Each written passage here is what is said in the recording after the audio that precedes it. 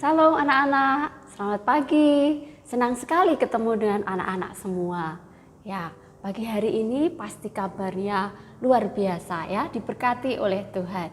Ya anak-anak, hari ini kita akan belajar firman Tuhan dulu sebelum anak-anak memulai aktivitas hari ini. Ya, siapkan Alkitabnya, duduk yang nyaman. Mari kita berdoa terlebih dahulu. Ya, mari kita berdoa. Tuhan Yesus, terima kasih untuk pagi hari ini, pagi yang cerah, pagi yang indah, pagi yang penuh dengan berkat Tuhan. Tuhan, kami mau belajar firman-Mu, kami mau membaca dan merenungkan firman-Mu. Tuhan, biar hati kami semakin hari semakin mencintai firman-Mu.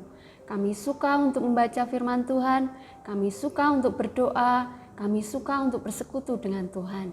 Terima kasih Tuhan, biar firman-Mu ini menjadi kekuatan rohani kami, menjadi pelita bagi jalan-jalan kami Tuhan, sehingga kami menjadi anak-anak yang menyenangkan hati Tuhan. Dan kami memiliki persekutuan yang dekat dengan Tuhan.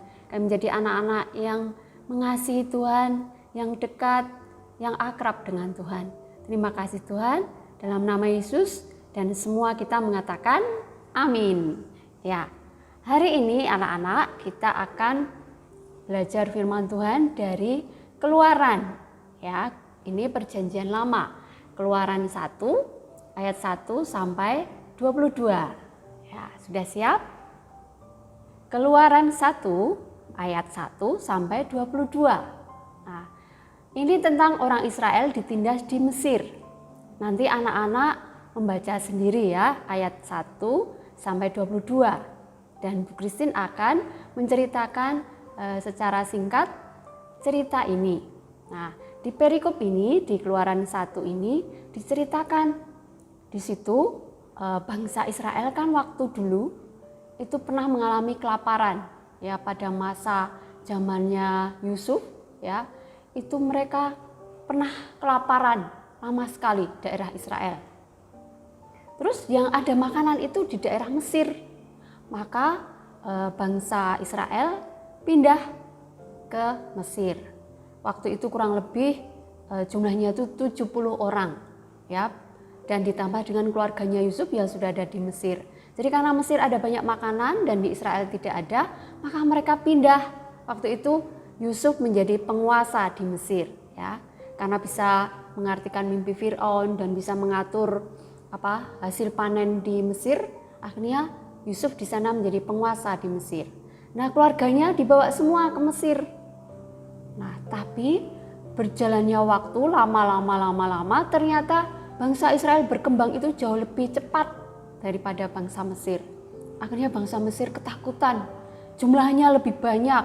Ya, bangsa Israel itu berkembang dengan cepat sekali dan jumlahnya sangat besar. Dan bangsa Mesir ketakutan kalau mereka nanti menjadi dikuasai oleh orang Israel atau malah direbut ya tanahnya itu, bangsanya itu akan kalah. Nah, akhirnya dibuat suatu peraturan. Rajanya waktu itu membuat peraturan pertama itu kalau bangsa Israel itu diberi kerja paksa. Jadi diadakan kerja paksa. Kerja paksa itu mereka harus bekerja dan keras, tidak boleh istirahat. Kalau istirahat disiksa. Dan makanannya pun juga tidak cukup. Nah, jadi akhirnya waktu itu banyak bangsa Israel yang meninggal karena kerja paksa itu. Nah, itu tujuannya supaya mengurangi jumlah bangsa Israel yang ada di Mesir itu. Itu pertama. Kemudian yang kedua itu dilakukan ini. Setiap kali ibu-ibu Israel melahirkan itu ada aturannya. Jadi di situ ditempatkan 2 bidan.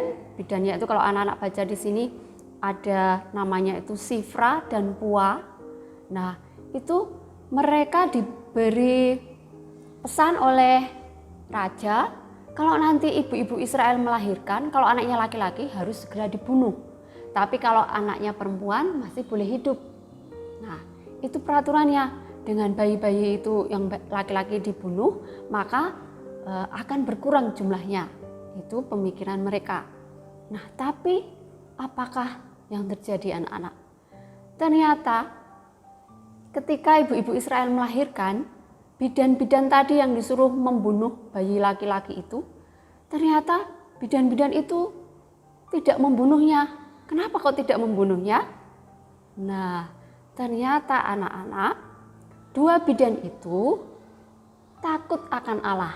Ya, kalau di ayat 17 dikatakan, tetapi bidan-bidan itu takut akan Allah dan tidak melakukan seperti yang dikatakan Raja Mesir kepada mereka dan membiarkan bayi-bayi itu hidup. Ya, jadi karena takut akan Allah, dia tidak mau membunuh. Nah, kalau kita berbicara tentang takut akan Allah, bukan takut kayak itu ya, kalau ada Allah, ada Tuhan, takut. Nah, kalau itu namanya takut hantu, bukan takut Tuhan. Tapi kalau takut Tuhan itu berarti menjauhi kejahatan, membenci kejahatan, tidak melakukan dosa. Itu berarti takut akan Tuhan. Bukan seperti takut hantu, kalau mau ketemu hantu, kalau ada hantu, atau ada hantu, takut, bukan begitu. Ada Tuhan, takut, bukan begitu ya. Tapi takut akan Tuhan itu adalah membenci kejahatan, menjauhi kejahatan, tidak melakukan dosa. Nah, ini bidan-bidan ini ternyata takut akan Allah. Dia tidak mau melakukan pembunuhan. Jadi dia tidak membunuh. Padahal kalau nanti dia tidak membunuh, nanti lama-lama juga akan dihukum oleh raja karena tidak mentaati peraturan raja. Tapi untungnya anak-anak, Tuhan itu baik sekali. Jadi di sini di ayat 21 dikatakan, dan karena bidan-bidan itu takut akan Allah, maka ia membuat mereka berumah tangga. Jadi Tuhan berbuat baik kepada mereka. Untuk menyelamatkan para bidan-bidan ini, Tuhan membuat mereka berumah tangga. Nah, kalau dia berumah tangga, dia terbebas dari tugas itu. Dia mungkin ikut suaminya atau bekerja di tempat lain. Jadi dia tidak harus membunuh, karena membunuh tadi dosa, dia tidak mau. Tapi kalau tidak membunuh, nanti dia yang akan dibunuh oleh raja. Nah, akhirnya sama Tuhan diberikan kebaikan. Tuhan membuat mereka berumah tangga, dan akhirnya mereka tidak harus membunuh, dan juga tidak harus dihukum oleh raja. Nah, ini kebaikan Tuhan yang luar biasa.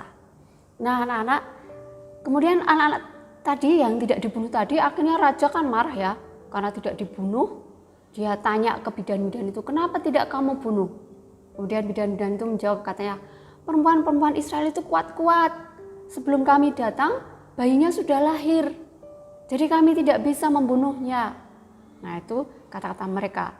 Kemudian Raja Mesir itu akhirnya membuat peraturan yang baru.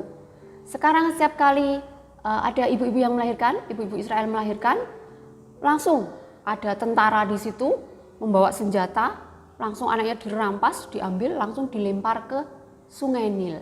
Jadi bayi laki-laki akhirnya banyak yang meninggal di Sungai Nil di Mesir.